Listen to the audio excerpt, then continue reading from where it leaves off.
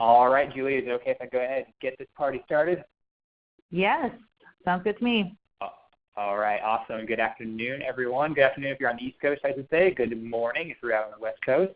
Thanks for being here for today's Bloomerang webinar, 10 Ways to Improve Donor Retention with Social Media. I love that. I love both those topics. We're going to talk about both of them. Thanks for being here. My name is Steven. I'm the Chief Engagement Officer over here at Bloomerang, and I'll be moderating today's discussion, as always.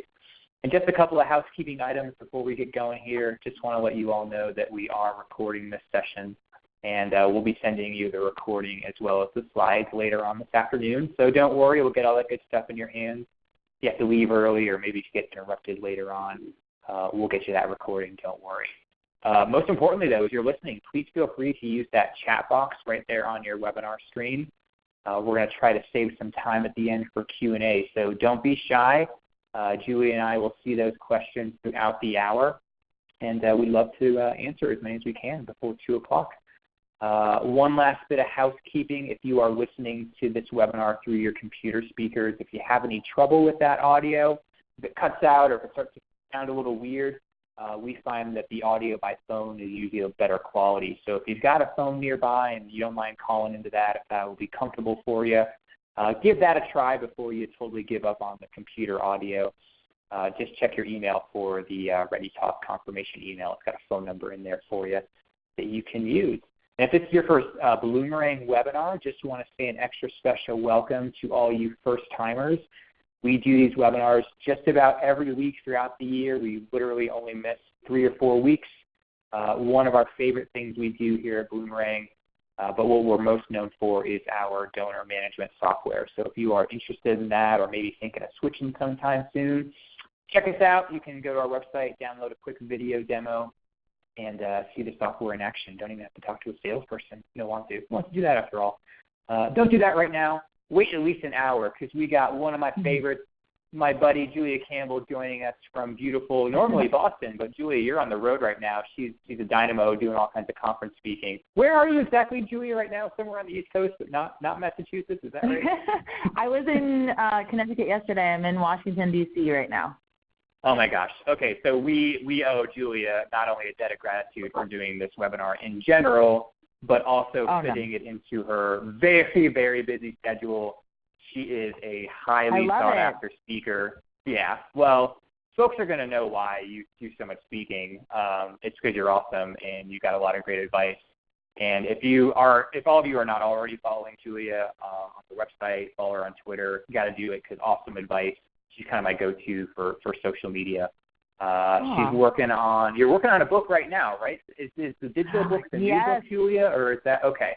I wanted to make sure. A new book. It's coming out. It looks like it's in the very final stages of publishing. So it's going to come. It'll hopefully come out this year. I'm hoping. Cool. So it'll be soon. So keep in touch with Julia. You're going to want to buy that book after you hear this presentation.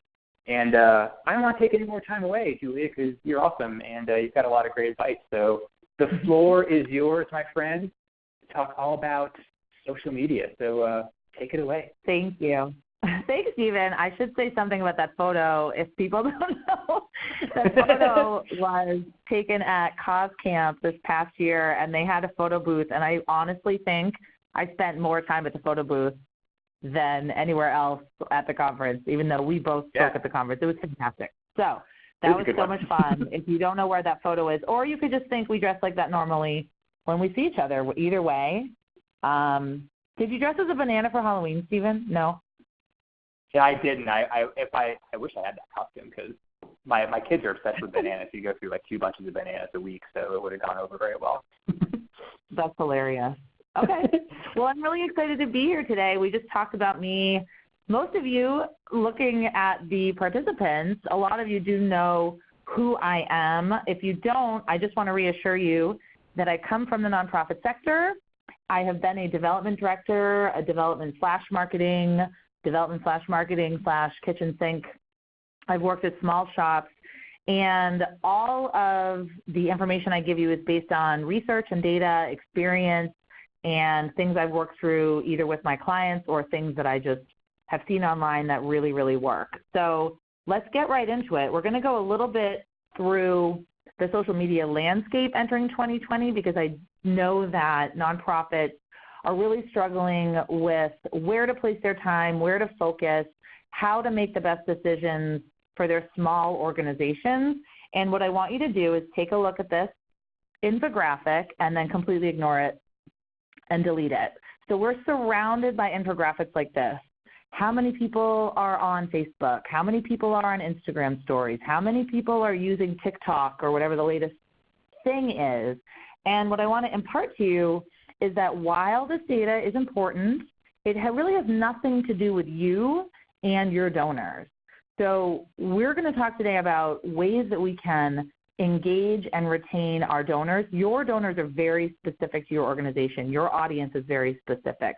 So when you see graphics like this, I think it forms a lot of stress and overwhelm because we think we need to be everywhere, but we actually don't. We just need to be more strategic and consistent and thoughtful in the kind of content we're putting out there. So you can't beat the internet on quantity, but you can beat it on quality. A few other things to know. People are still on Facebook, love it or hate it. People are still on YouTube, love it or hate it, and they don't show any signs of stopping. Generations across the board, millennials, boomers, Gen X, Gen Z, are still using social media. So don't fall into the trap where your board says our donors are not on social media because they're too young, or our donors are not on social media because they're too old. You can get this research at Pew Internet, that's P-E-W internet.org.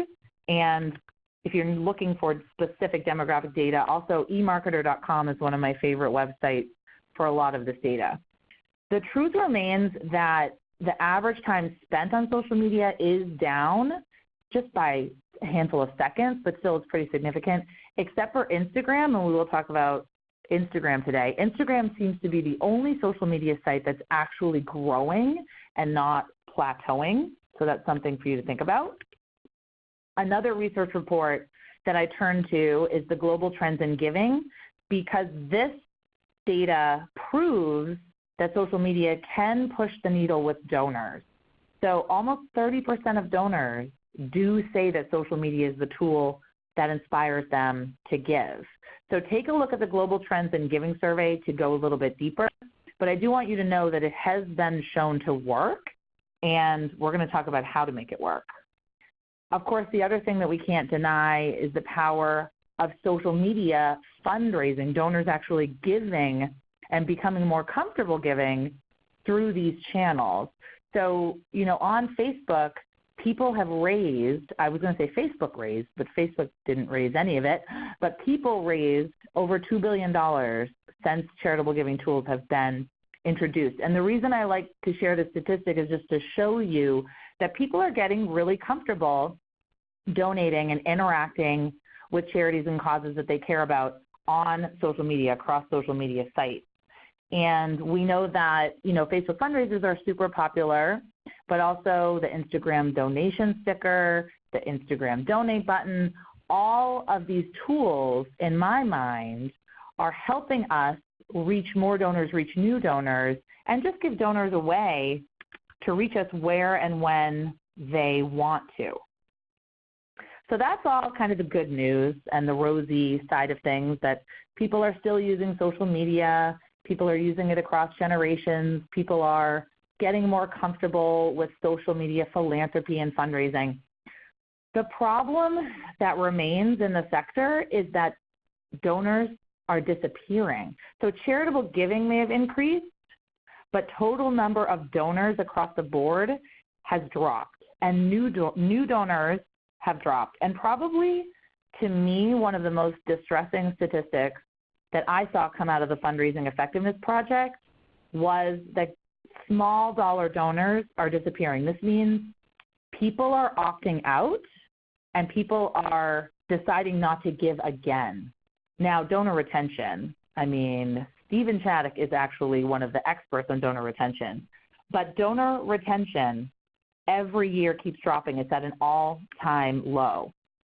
So if you've never had the fortune of seeing Penelope Burke speak, Penelope Burke wrote a fantastic book called Donor-Centered Fundraising. She just released it with an update.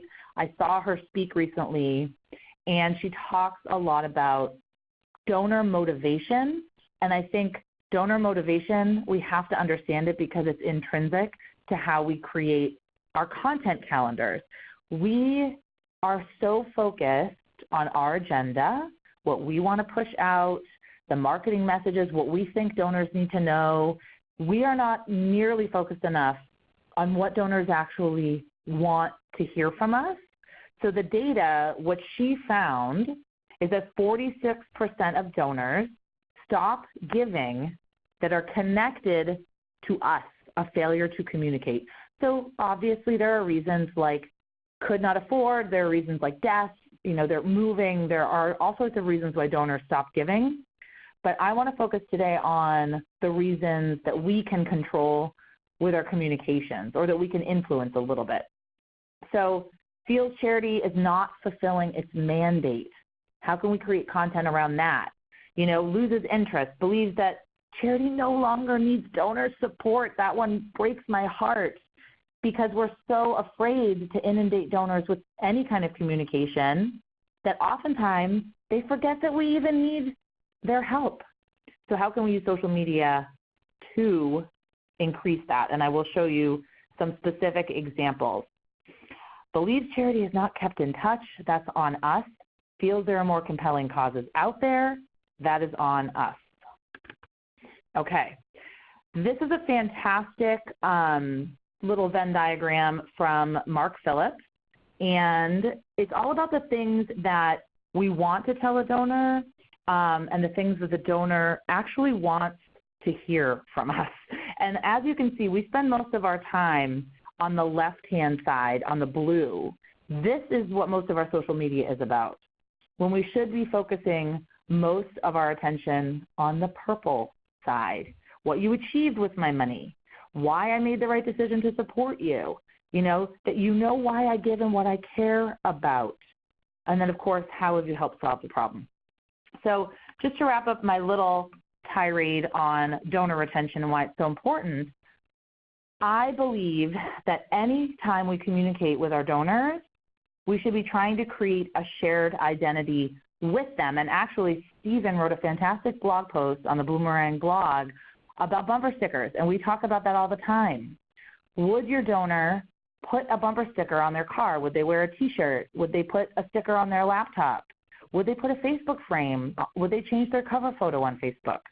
Think about ways that you can create that shared identity. That's what the goal of social media, I think, really is. Because if you have that shared identity, then they're much more likely to stick around and give again and give more and become a legacy donor.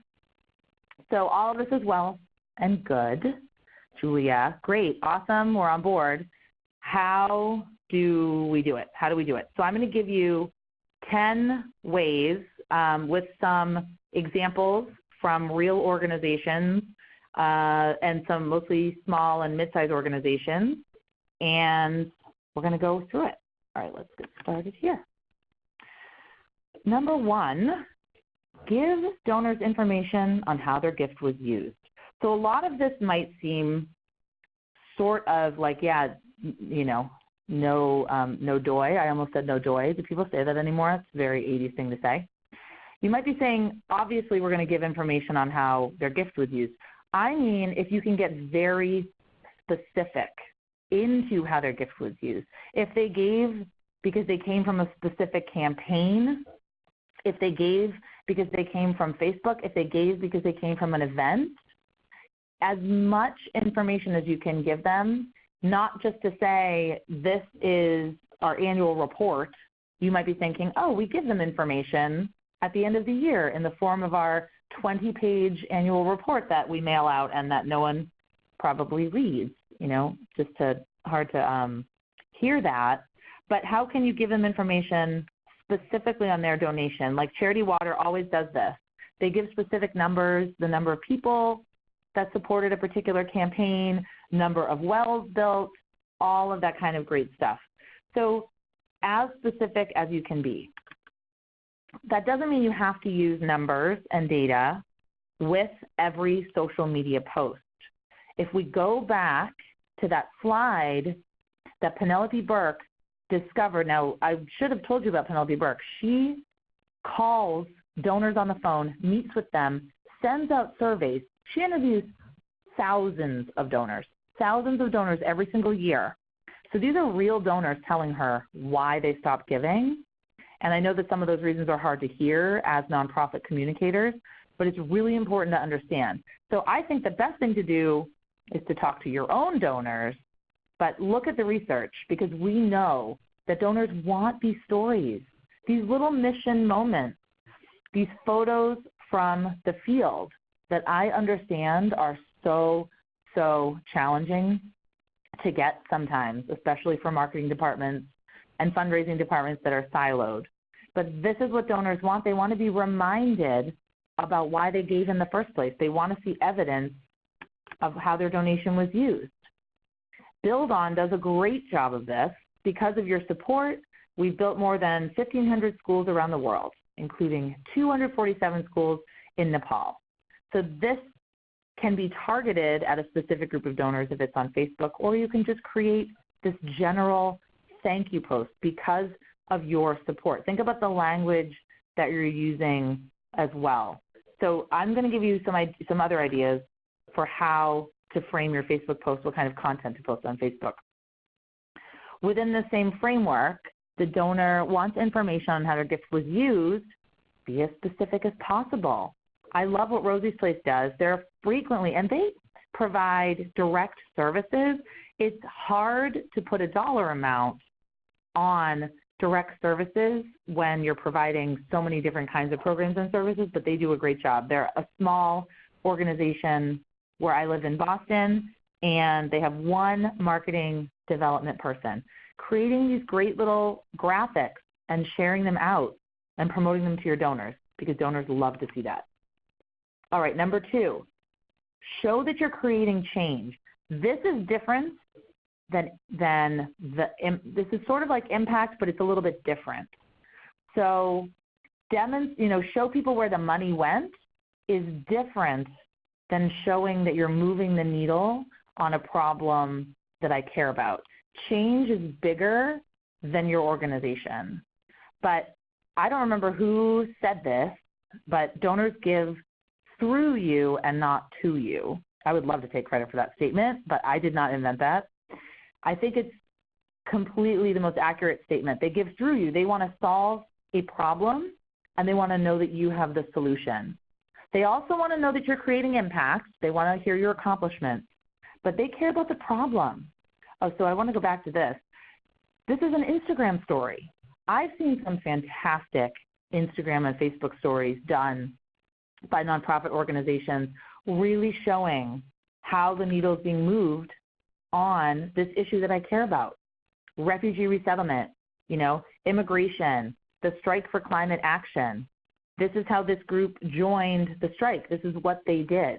So bringing me in, sort of lifting the veil and showing me that, yes, cause is slow, something like climate change. Cause is slow, and this is a marathon and not a sprint. But every single day, we are working on this problem that you care about. We are working to achieve this solution that you care about, because that's what donors want to hear about. If you can't get a donor on board with the why, you're never going to get them on board with the what and the how. So if you can't get them on board with your vision and what you're trying to accomplish in the world, they're never going to care about the how and the how many people you housed and the how many people were in your support group and how many people came to your food bank. If they're not on board with the fact that food inequality is a problem, they're never going to be on board with the fact that your food bank served 100 people this year. So we have to focus more on the why and really emphasize that we're solving these big problems, because that's also going to tackle that issue where donors think that we don't need their support anymore. They think the problem is solved. Have you ever come across that, where a donor says, well, I thought we solved that problem? And you look at them like, no, we did not solve the issue of homelessness in our area. We didn't solve it. I don't know why you thought that way. So showing them that there's still a problem, demonstrating that there's a problem and that you need support, that's another way to keep donors involved. All right, so number 3 is humanize your organization. Show me that there are humans behind your organization. And if it's a webinar with me, I'm going to show you Amira Incorporated, one of my favorite nonprofits, a really small organization serving New England. They combat sex trafficking, and they take women and men and children out of sex trafficking situations and rehabilitate them and return them to their families, return them into society. So what they do, because they can't share stories from the front lines, they can't share the stories of the people that are actually in their programs, is the development director, the programs director, usually the executive director. They go live very frequently, and they just show that there are humans behind this organization. They answer these questions. How do traffickers find victims? How do I talk to my kids about trafficking? What's it like to live with PSC? These are questions that real people are asking, and real people are answering these questions. So I feel like if I met this executive director, her name's Elizabeth, if I met her, I would know her because I see her so often in these videos. Doing something like a virtual tour, let me click on this. If you go to Rosie's Place and you go to rosiesplace.org/virtual tour, it's not virtual reality. It's a tour walking you through what it's like to be a staff member or a volunteer at Rosie's Place. It's walking you through all the different programs and services, and they offer a myriad of programs and services to the women that come through their doors. But a virtual tour kind of opens the door and invites you in. It's almost like taking a virtual tour of someone's house, and it really makes it feel like a welcoming place. So it makes the donor feel much more connected, and we are so desperate to connect with human beings online. We don't want any more brands or logos. We can smell marketing a mile away, but we're much more likely to connect with, we're much more likely to connect with organizations where we see the human beings behind it and where we feel that kind of affinity for actual people. Okay, so where are we? Number 4, let them know what to expect. Donors like consistency. So one of the ways you can do this is to post around themes. And actually, I literally just did a training this morning, and this is what came out of it for this organization that I'm working with that has so many moving pieces and so much content. We developed a calendar where every Monday is like Member Monday, and every Tuesday is like Helpful Tip Tuesday, and every Wednesday. So donors kind of know what to expect. You don't have to do this, but it makes things easier on you. And then eventually donors will, if you don't post, they'll start saying, oh, I missed your Member Monday. I haven't seen it in a while. Whatever happened to that? People like consistency, and they like to know what's going to happen next. So what I don't want you to do is start posting on Facebook 3 times a week and then a month later leave, or just don't post for 2 months and then come back, because you'd be surprised. Not every single one of your fans is going to see every single one of your posts, but the more consistent that you can be, the more trust and affinity you're going to build up, and the more engagement and the more reach and the more people that you're actually going to see your content. St. Jude, with their emails, they send out a weekly patient story. So they've actually changed their headline. It's now called Weekly Patient Story. I know immediately what to expect. I'm going to get a weekly patient story that's going to remind me why I supported St. Jude's. It's very short, very sweet. I can read it on my phone. I don't read every single one every week. I don't have the time. But once in a while I do. And what's great about this is that when it comes to year end and they ask me for a donation or they do a Mother's Day campaign, I say, oh yeah, I've been reading those great stories all year. I know what to expect. Another example from Amira, they do Milestone Monday, where they share a milestone of a person in their shelter. And the reason why I like to show Amira a lot, and I think I have a Plumber Youth Promise, a foster care agency that I work with, because I know a lot of you struggle with confidentiality and not being able to share identifying details about the people that you work with, about the populations that you serve. So I think using this creative photography, using different perspectives, maybe the story is told from your executive director's perspective or your development director or your perspective. But there's no excuse to not be sharing stories. There's just no excuse. And I'm not going to let you find one either. I've heard all the excuses in the book. So there's no excuse not to tell a good story, especially on social media. Okay, now we're at number 5. Make them feel part of something important. So it might be a small local cause.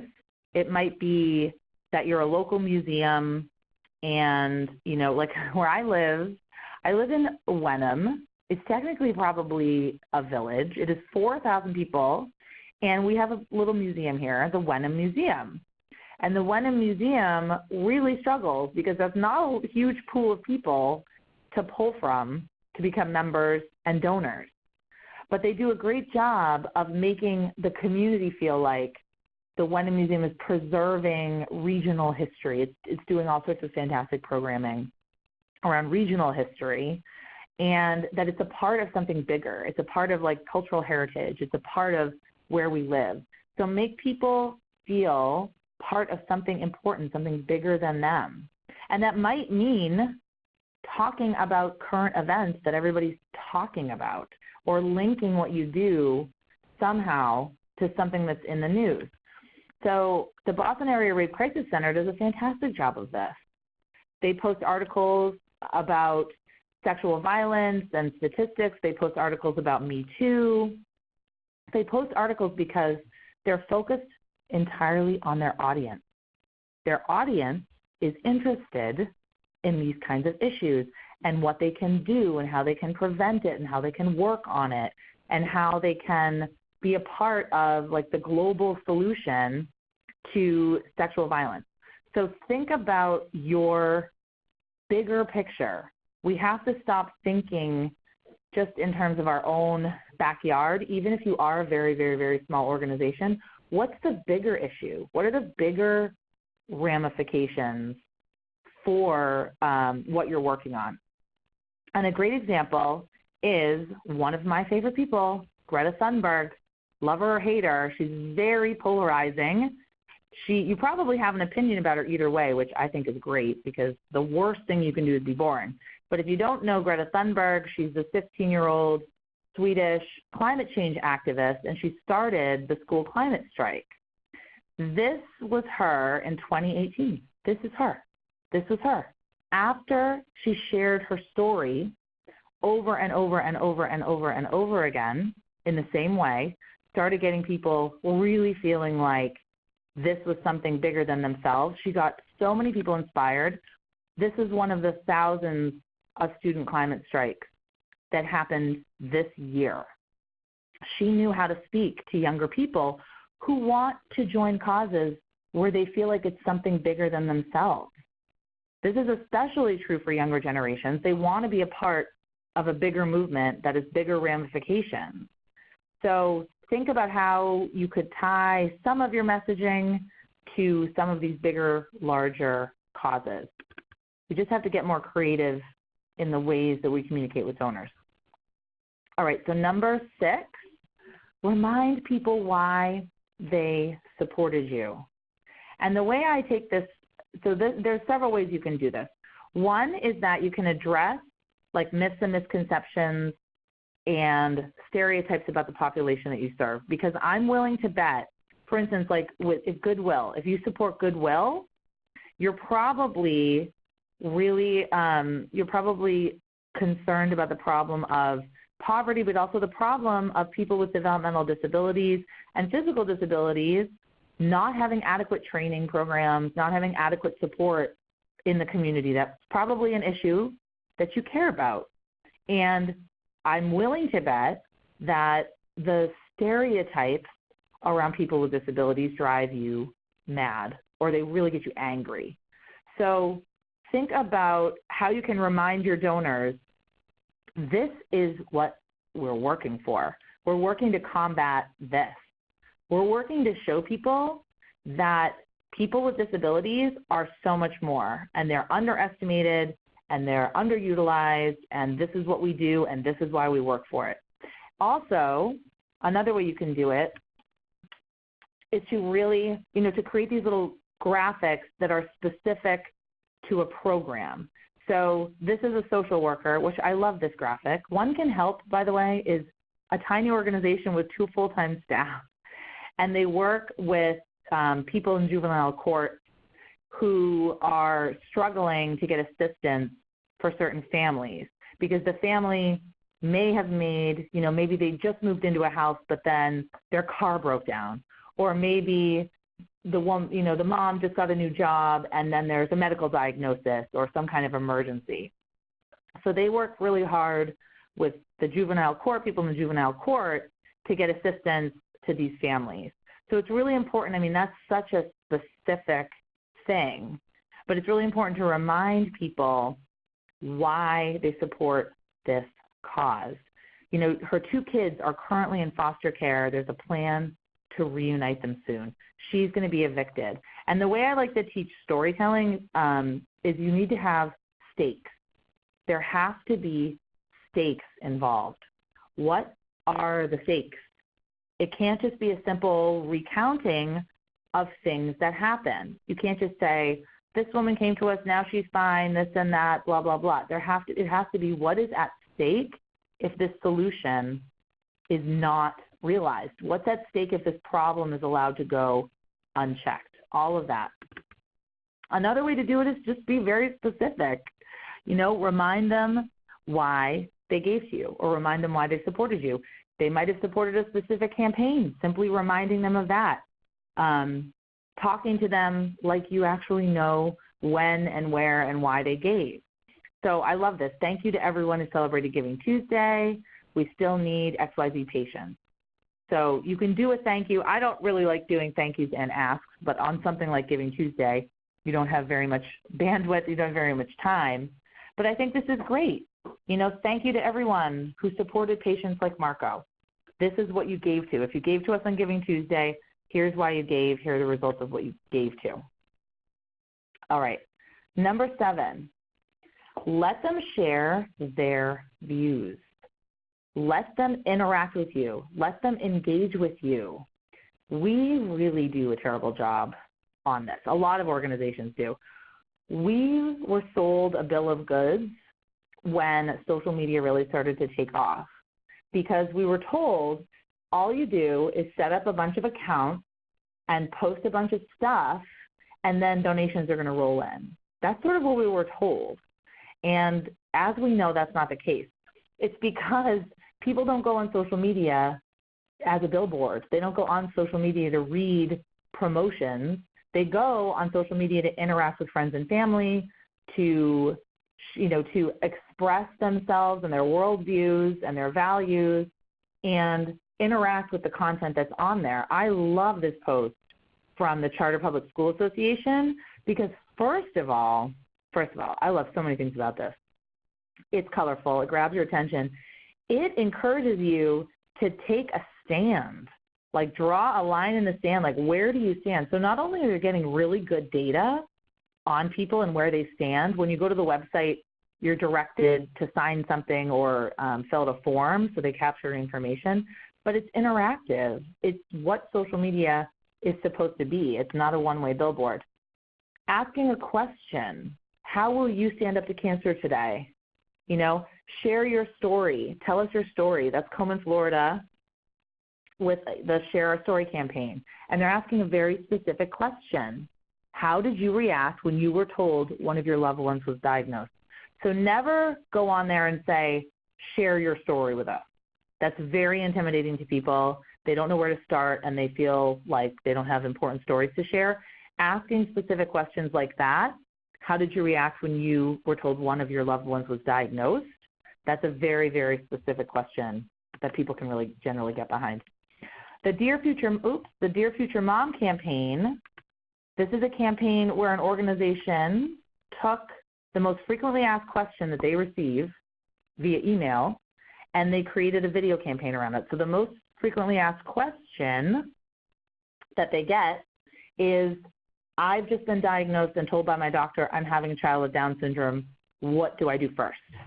And they created this wonderful series of videos that resonated with not just the moms and the parents, but also donors, because they see, first of all, they feel like they're part of a bigger cause. They have probably experienced this themselves, and then they see fantastic stories of the teens and young adults that are being helped by this wonderful program. So it's a win-win for everyone. So think about your frequently asked questions. Can you answer them in a post? Can you answer them in a video? Is it a question that you can ask your audience? People love to be heard. People love to share information. And another thing that I want to say about let your donors be heard, be accessible. Don't send your email newsletter from noreply@greatnonprofit.org. Have your phone number, your email on your website. Answer your direct messages on social media. Answer your comments and your questions. We have to do it. If we're going to open the social media can of worms, we have to participate. It has to be a two-way street, or donors are going to think it's all automated and there's no human behind it, and they're going to get very, very turned off. Okay, I think we're at number 8. Timely, sincere thank yous. You could never annoy your donors if you thank them all day long. I get the question all the time, how many emails are too many emails? How many posts are too many posts? And it's the wrong question. It's what do you need? Like, what are you saying? Do you have something to say? If you have something to say that your donors are going to want to hear, then you could thank them, like on Giving Tuesday, you could thank them 5 times. That's not going to turn anybody off. If you're asking them to do something 5 times, that might, but giving timely, sincere thank yous, updating them on your progress. And this is Stephen and my friend Josh Hirsch. He works at Susan G. Komen, Florida. And what he did that I thought was really cool is he ran a Facebook fundraiser. And Stephen, you got one of these videos too. He ran a Facebook fundraiser for Susan G. Komen on his birthday. And for everyone that donated to his fundraiser, he sent them a personalized video. And I was thinking, how could we do this via direct message on social media? Or even if it doesn't say, this video said, "Hi, Julia. Thank you for your donation. This is going to help fund mammograms in West Palm Beach." How could you create a more general video that just says, "Hi, everyone. I can't believe the outpouring of support. Thank you so much. Your donation will help fund 40 mammograms in West Palm Beach." Let's start using video. Let's start incorporating and baking thank yous into absolutely everything that we do. So Josh used a company called Cosvid to do this, and there's a lot of alternatives out there. But the personalization and just the impact of a video, a thank you video, Josh said his reaction to this was completely off the charts. People thanked him for his thank you. So we want to do something unexpected when we're doing thank yous. And of course, video works best. It's the best type of content to post on social. Tell people what happened during a campaign, even if you didn't reach your goal. If you're having a fundraising campaign or any kind of campaign for Giving Tuesday, if you're doing any kind of campaign around year end or a specific event or a cause and awareness day, tell people and thank them. Tell them and thank them. They want to know this. And then this will just help keep you top of mind for donors. And it's something better to post than simply a promotion or a link to sign up or a link to donate. How about talking to donors and using their own language to thank them? I love this. So this is To Write Love on Her Arms, which is one of my favorite organizations. They create these great little graphics every time they do a campaign, donor quotes, people that write in, people that post on their Facebook page. I hope my donation will help other people struggling with finding their way in this world. Using the actual language of your donors is incredibly impactful and really works well. Okay, demonstrating need. demonstrating need. Now, what we like to do is we like to tell stories that wrap everything up in a nice bow because we think that's what donors want to hear and see. So there's certainly a time and a place for that, but also tell me that there's a problem. Tell me that there is a need. 1 in 3 women have experienced some form of physical violence by an intimate partner. Wow, that demonstrates need. What are you doing about it? Do you need help? Is this something that I could work with you to solve? Is this a problem that actually needs resources? And when I say demonstrate need, I don't mean give people so much data that they get overwhelmed and think, oh my God, I could never actually, push the needle on this problem. Make it seem a little bit more tangible. Make things a little more specific and easy to grasp. I love this. I mean, when I say I love this, I obviously don't love that 1 in kids are struggling with hunger, but I like the way they phrased this. They have a quote, they have a great visual, they have a graphic, and then they tell me, what are the stakes? We need you. You can help. You can help. And that's such a great way to demonstrate need. Just look at how you can tweak some of your posts and make them a little bit more donor friendly. Sharing data and statistics and articles that prove your point. Invisible people, they do it all the time. They share a ton of information about homelessness because they're saying this is a real problem and you can help. Think about your calls to action. You've got this great visual, you've got this great quote, you showed me the stakes, you told me a great story, and then how can I help? Feed America could have easily just posted this and not asked for help and not asked for support. But you have to demonstrate that need in order for me to really know that you still need donations. A lot of us struggle with the fact that there's a misconception that we're funded either by grants or by the government. And that kills me. Oh my gosh, that kills me. When I work with a client that tells me, oh, our donors thought that we were completely government funded or completely grant funded. It's up to us to ask and to tell people, we could not do this without you. We could not do this without your support. We need individual donors in the mix here, people. All right, and my final tip, share stories. You know how I love stories, but share stories specifically of transformation. This is really what donors want to hear and what they want to see. So what are the stakes? What's involved? Whose life was changed? How was it changed? It's really not just Joe came to us, got some food, and left, and now everything is great. That's not what I'm talking about. What's the transformation? Also, when you're telling stories, talk about how people felt. That's what grabs donors. It made me feel so good to move in. This is the Pine Street Inn in Boston, a homeless shelter. Focus on feelings. How did it feel when someone arrived? How did it feel when they went through the transformation? How do they feel now? What are their hopes? What are their dreams? And if you cannot share identifying details, you can still tell these stories. Tell it through artwork. Tell it through music. Just tell it through a third party. But you have to tell the stories of the transformation. We like to think that we're rational creatures. We love to think that we make decisions in a 100% rational way. But we know this. We don't. We are emotional beings. And we all want to connect to something bigger than ourselves. Think about using animation. This is Mary. She has diabetes and is uninsured. Much more compelling than simply throwing a statistic at me and telling me how many people are uninsured. So think about a way that you can take the impact of what you do and put it in a story, even if you cannot use identifying details. Okay, well, no thanks. We're too busy. Okay, great. This is something that we see a lot.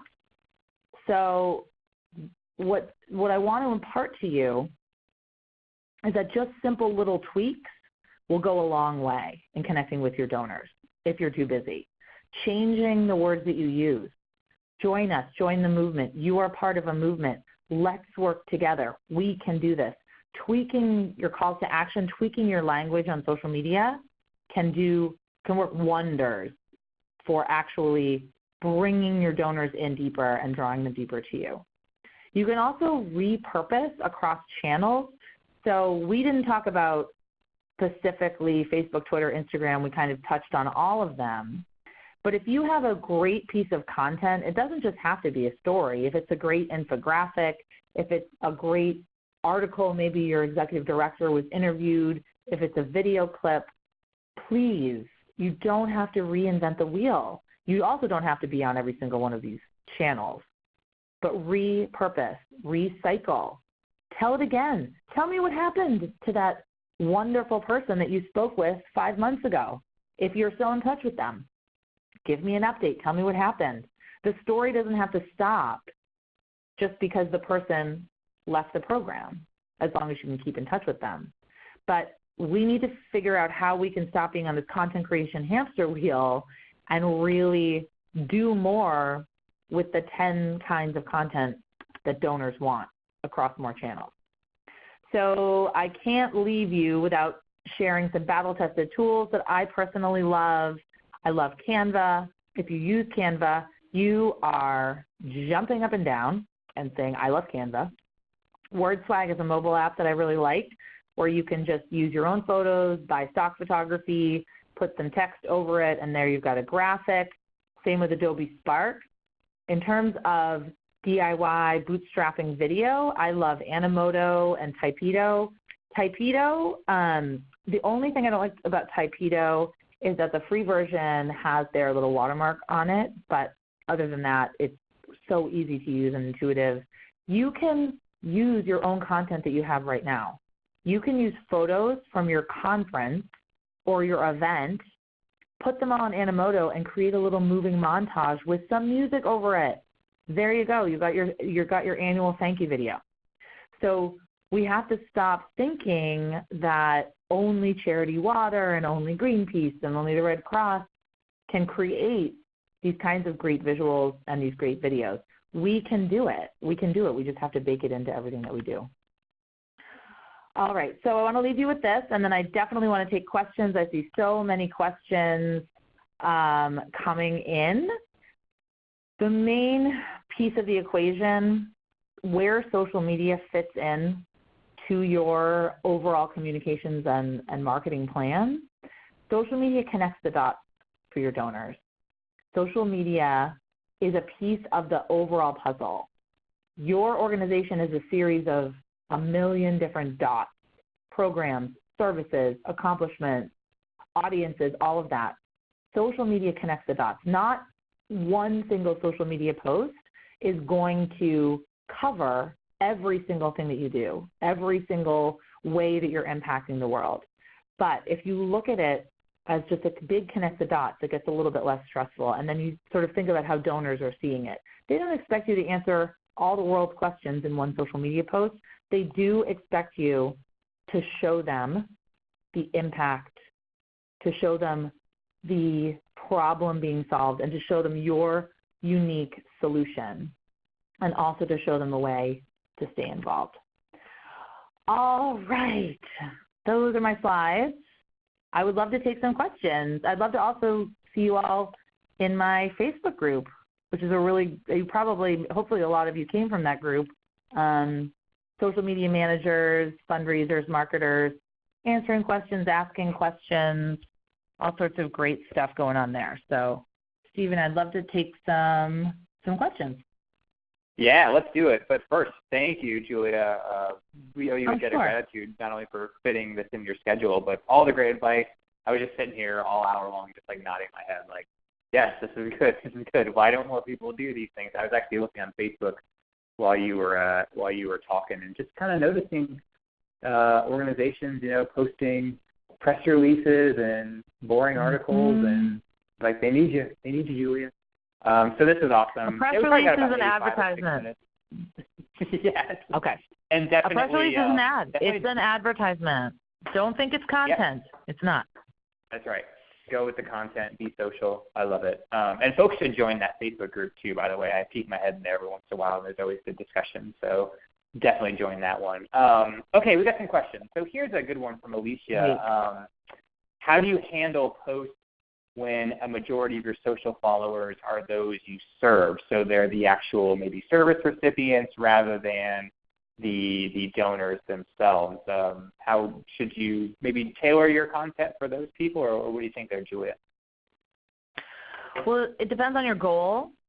So why are you using this platform in the first place?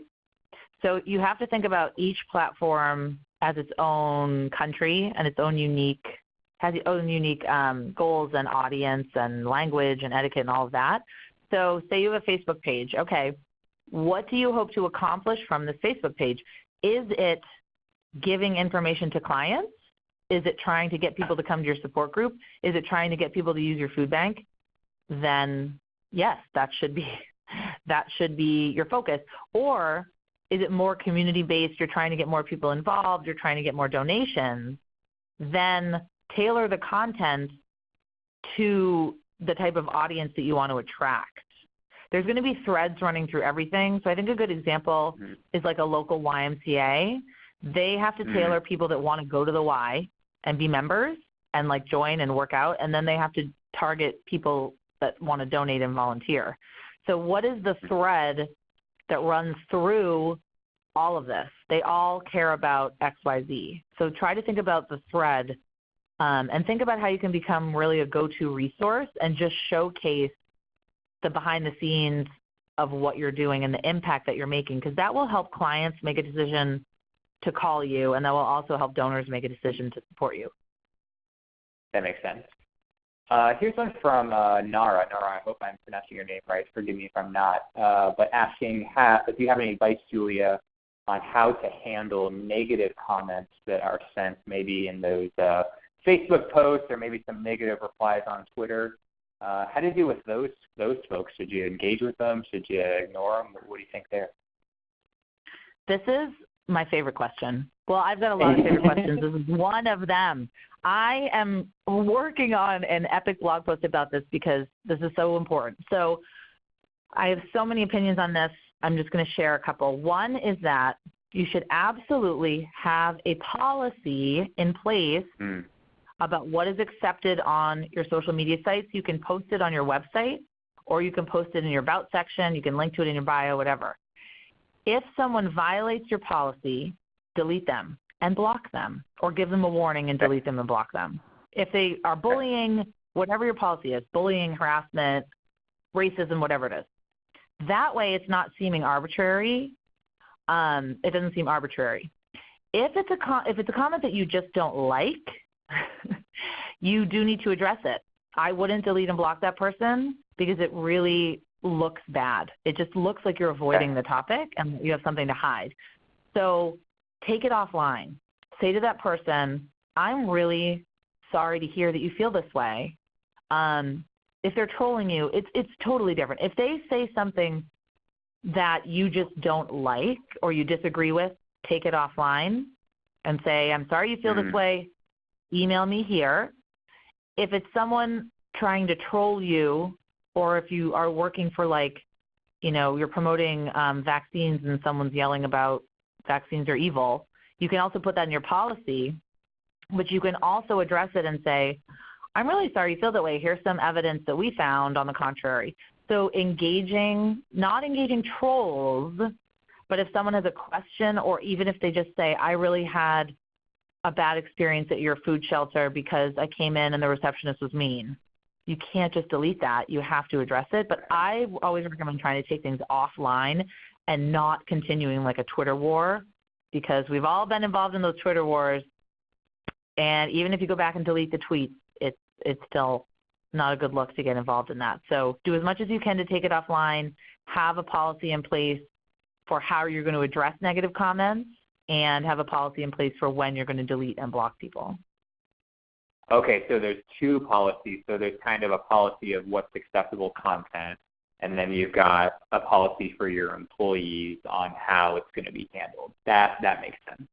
Am I reading that right, Julia? That's what you're saying? Okay. Yes, yeah, and I see that Amanda says, do you have written policy examples? Idealware, that's the word ideal, and WARE. They have sample social media policies on their website for free. Oh yeah, I'm seeing that now. I'm gonna put a link in the chat. That's cool. I didn't know about that one. That's awesome. Okay, so you people can get a starting point there. Wow, that's cool. Okay. Well, Julia, I know you've got a plane to catch, and we're coming up on the hour. Any parting thoughts? What should people do today as an action item? What do you think? I would say get your thank you posts in place. Record a thank you video, even if it's from your phone or from your laptop, that says thank you so much, and talk about maybe 2 things that you accomplished this year, and aim to put that across all of your social media channels. Just bite size, but I do think a thank you video, thanking people especially before you start blasting them with the year-end asks, is going to be much more effective to you. So one thing you do today, pick up your phone, say thank you to your donors, post it on your social media channels. I love it. This is awesome, Julia. Where can people get in touch with you, keep the conversation going? My website, the Facebook group. I'm on Twitter. You'll see at the bottom of the slides at Julia C. Social. I'm always active on all 3 places. And I'm going to send out the slides, so if people want to just hit reply and ask me a question, that's fine too. Sweet. Yeah, definitely keep in touch, because she's a wealth of information. You're going to want to follow her, because always good stuff coming from JC Social Marketing. This is awesome, Julia. Thanks for being here. I really appreciate it. Thanks, Steven. I'm so excited. Thank you. And I can't wait till we can dress up next year at Cos Camp. It won't be long. Yeah, we'll see each other in a couple months. Won't be long. Have a safe trip back home. And hopefully all of you listening today have a good rest of your week. Come back next week. We've got a great webinar next week. This is the one webinar a year that we repeat every year. Our buddies from Harbor Compliance are going to come on and share all those rules and regulations. I know it sounds boring, but if you are an organization that is maybe new to compliance and you're not sure if you're registered to fundraise in certain states or what's going on there, do attend this one. An important topic, and they basically give away all the information for free that you need to do to stay compliant. It's a good time to do this, especially with year-end giving coming up, Giving Tuesday, all that good stuff. So next week, Thursday afternoon, 2 p.m., and we've got lots of other webinars scheduled through the beginning of next year already. I can hardly believe it. So hopefully we will see you again on another session. So we'll call it a day there. Look for emails from Julia and I with all of the recordings and slides and goodies. We'll get all that stuff to you today, and hopefully we'll talk to you again next week. So have a good rest of your Thursday. Have a safe weekend. We'll talk to you again soon.